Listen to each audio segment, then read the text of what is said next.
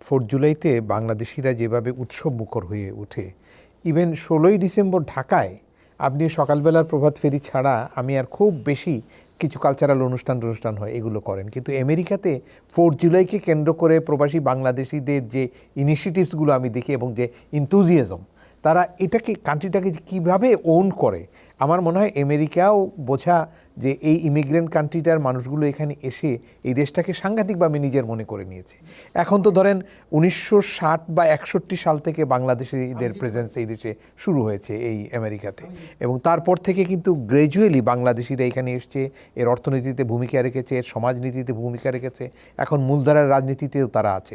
4 জুলাই যেন বাংলাদেশিদের কাছে, বাংলাদেশি আমেরিকানদের কাছে বাংলাদেশের স্বাধীনতা দিবসের মতো একটা সমান গুরুত্বপূর্ণ, মর্যাদাবান এবং উৎসবমুখর দিন। এবং আমি একবার মিশিগানে, আমি তখন লায়ন্সের গভর্নর ছিলাম, আমি সেই সফরে আমি মিশিগানে এসেছিলাম একবার।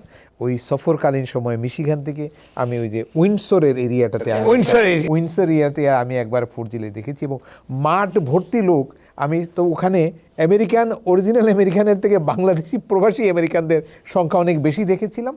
আর যেহেতু এই দেশের এই আপনার 4 জুলাইটাকে অত্যন্ত গুরুত্বপূর্ণ করে তোলা হয়েছে, যেমন আপনার সেল করা হয়, নতুন নতুন প্যাকেজগুলোকে আপনি সফট ইজি পাওয়ার ব্যবস্থা করে দেওয়া হয়, কাজের জায়গাগুলোতে স্পেশাল ইনসেন্টিভ দেওয়া হয়, এই অনেক রকমের ফেসিলিটিস দিয়ে তারা তাদের জাতিসত্তাটাকে বড় করে রেখেছেন। আমার মনে হয় এখান থেকে যে ওয়াজিদ ভাই যে কথাগুলো বলছিলেন বা গিয়াস ভাই যে কথাগুলো আনলেন, যে এখান থেকে আমাদের অনুসরণীয় অনেক কিছু আছে। এই যে রাষ্ট্রীয় প্রতিষ্ঠানগুলোকে স্বাবলম্বীভাবে কাজ করতে দেওয়ার সুযোগ, এই যে এখানকার বিচার ব্যবস্থা, আপনি কালকে সকালবেলা বিচার ব্যবস্থা যদি প্রয়োজন মনে করে দেশের প্রেসিডেন্টকে সে তার হাজির করতে পারে। প্রেসিডেন্ট এখানে কিন্তু বিচার ব্যবস্থাকে ডিকটেট করতে পারে না। এখানে আইন, একটা পুলিশ ডিপার্টমেন্টের একটা কর্মী একজন প্রেসিডেন্ট বা একজন কংগ্রেসম্যানকে যদি রাস্তায় ধরে যদি টিকিট দিতে চায়, সে দিতে পারছে, তাকে পরের দিন কিন্তু বদলির আদেশের আওতায় পড়ে না। আমাদের দেশের এই জিনিসগুলো থেকে আমরা শিক্ষা নেওয়া উচিত। এবং তবে আমি আরও একটা কথা পাশাপাশি বলবো যে আমাদের দেশটা ধরেন 50-56 বছরের স্বাধীনতা অর্জন করেছে। আমরা খুব মিক্স একটা হোমোজিনিয়াস নেশন হলেও একটা মিক্স কমিউনিটির মানুষ হয়ে আছি। বিভিন্ন জাতিসত্তার মানুষের মধ্য থেকে আমাদের এখানে উদ্ভাবন হয়েছে, এবং আমাদের চিন্তা শক্তিগুলো আর্থিক কারণে আমরা খুব ইন্ডিপেন্ডেন্টলি যেতে পারি নাই। নানানভাবে শাসিত, শোষিত, নির্যাতিত হয়েছি, আমাদের গণতন্ত্র বারবার পরাভূত হয়েছে, আমাদের স্বৈরাচার উত্থান ঘটেছে, এইগুলো কিন্তু সেটব্যাক হয়েছে। আমেরিকাতে কিন্তু স্বাধীনতার পরে, এরপরে কিন্তু আর তাদেরকে কোনো পিছন দিকে তাকাতে হয় না, তারা সামনে ট্রায়াল এরর করে করে সামনের দিকে গেছে। এখন বিশ্বব্যাপী আমেরিকাকে অনেকেই যুদ্ধবাজ মনে করছেন, এর কারণটা কিন্তু আমেরিকার মূল ফিলোসফি নয়। আমেরিকা প্রথমে তার যে নিজস্ব নিরাপত্তা নিশ্চিত রাখা, এইটার আলোকে এই পিছনের মানুষ যেগুলো আছেন তারা চিন্তাটা করছেন, যেমন বাংলাদেশে যদি কিছু হয় আমেরিকার মধ্যে নিরাপত্তা বিঘ্নিত হবে, এই হবে কি হবে না এই বিষয়গুলো কিন্তু মানবিক।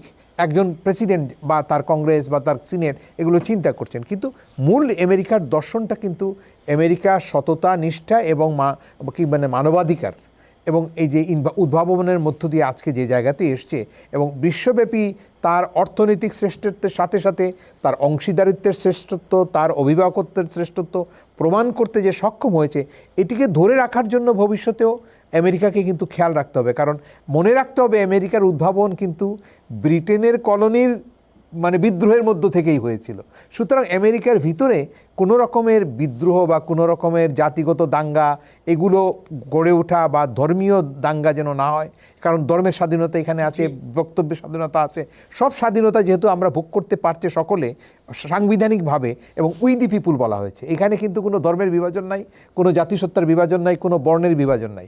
এই বিভাজনগুলো যদি পরোক্ষভাবে আমেরিকাকে যদি কাবু করে ফেলে অথবা যুদ্ধের প্রবণতাটাকে যদি উস্কে দেয় দেশে দেশে, তাহলে কিন্তু আমেরিকার শ্রেষ্ঠত্ব এবং আন্তর্জাতিক যে নেতৃত্বের বিষয় জায়গা আছে সেখান থেকে কিন্তু আমেরিকা কিছুটা পিছনে চলে যেতে পারে। আমরা চাই আমেরিকা সামনে থাকুক, আমেরিকা তার গণতন্ত্রে, দেশে দেশে গণতন্ত্র রক্ষা, দেশে দেশে মানবাধিকার রক্ষা, দেশে দেশে অর্থনীতির বিকাশে তাদের যে সহায়তা, আন্তর্জাতিক ফ্রেন্ডশিপ যে অর্গানাইজেশনসগুলো আছে তাদেরকে প্যাট্রোনাইজ করা, যেহেতু অর্থনীতির বড় দেশ, 1 নম্বর অর্থনীতির দেশ পৃথিবীতে আমেরিকা, যদি আমরা পিপিতে কনসিডার করি, নমিনাল পাওয়ার।